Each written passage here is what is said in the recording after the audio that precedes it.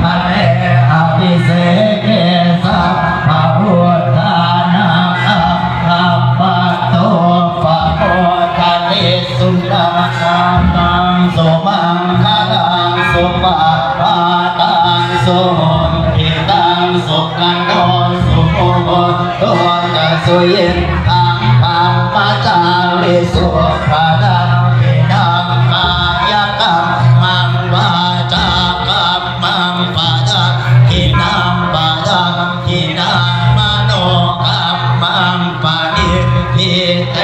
ปะดังกินังปะดังกินานิกัตตวานรวันตังเทปะดังกิเลสยันโตโพธิยามุเลสัพพยานังนันทิวัฏฐานโนเอวังตวังวิจโยโมหิจยาสุจยามังคะเลอัปปะราชิตวันสีเสปะดาวิโมคะเลอภิเสเกสัพพะพุทธาสีเสปะดาวิโมคะเลอภิเสเกสัพพะพุทธานังอัคคัปปะโตปะโมทะติสุนัขตังสุมังคลังสุปะปาตังสุโหติตังสุขังวินังปะดังวินังมโนกรรมังปะนิทิเต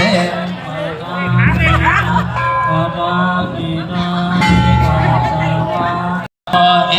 วังตวังวิจโยโห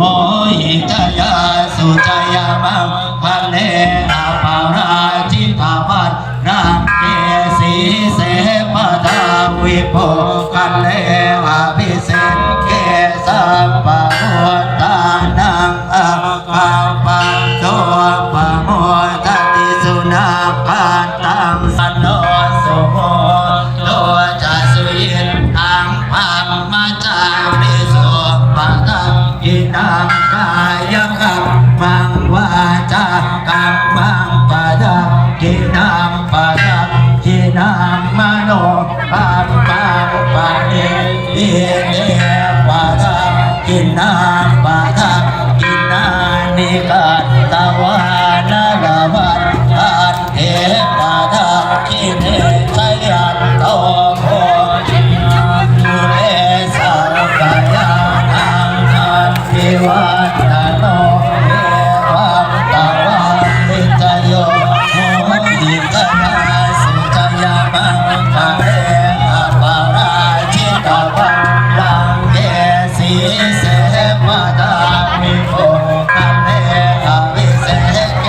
สัพพะพุทธานังอัคคัปปะโตปะโมทะติสุนัขตังสุมังคลังสุปะปาตังสุโหติตังสุขังโตสุเยตังปัมมาจาริสุปะดังกินังกายกรรมังวาจากรรมังปะดังกินังปะดังกินังมโนกรรมังปะนิทิเตปะดังกินังปะดังกินิกัตตวานรวันตังเทปะดังกิเลสในการวางศิลาฤกษ์ในวันนี้ก็สำเร็จลงแล้วนะครับลำดับต่อไปนะครับต้องขอกราบเรียนเชิญครับเรียนเชิญครับผู้มีจิตศรัทธานะครับเจ้าภาพถวายซองจตุปัจจัยแด่พระคุณเจ้าเรียนเชิญนายบางเรียนทาสีดำเรียนเชิญนายอนุวัฒน์ทาสีดำครับเรียนเชิญเข้าถวายเลยครับ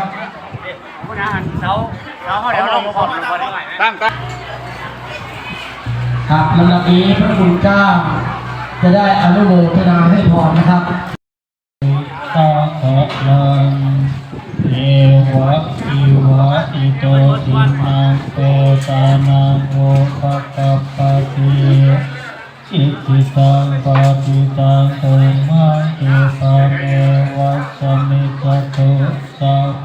ปุเรนตุสังกปาจ จันโทปนะระโสยะธามณิโชติระโสยะธา เวทิโย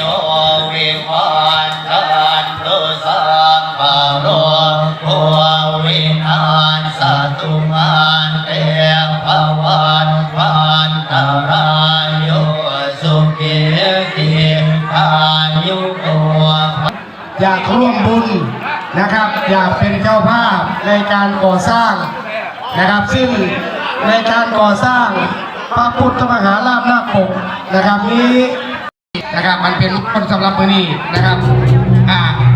คณะกรรมการประธานใหญ่ก็คือท่านสมควรมังโงนนะครับเพื่อนได้พาพ่อแม่พี่น้องเฮานะครับได้ประกอบพิธีเสร็จสิ้นสำเร็จแล้วนะครับเนาะเอาท่านไหนอยากร่วมบูชาแผ่นทองก็ยังมีตลอดนะครับเด้อบูชาแผ่นทองตอนนี้ก็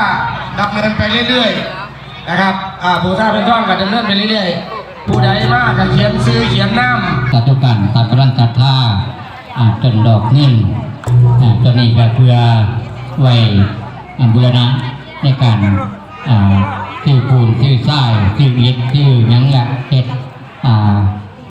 มาเด้อตามกำลังตัดท่าเงินปัจจัยใส่หลุมก็ได้แผ่นทองใส่นี่ละแผ่นทองตั้งจิตอธิษฐานแล้วก่อนตั้งจิตอธิษฐานหนักงานอยากมีอยากร่ำอยากรวยอยากหายทุกข์สุขโรคภัยกับปรารถนาตั้งจิตอธิษฐานเรา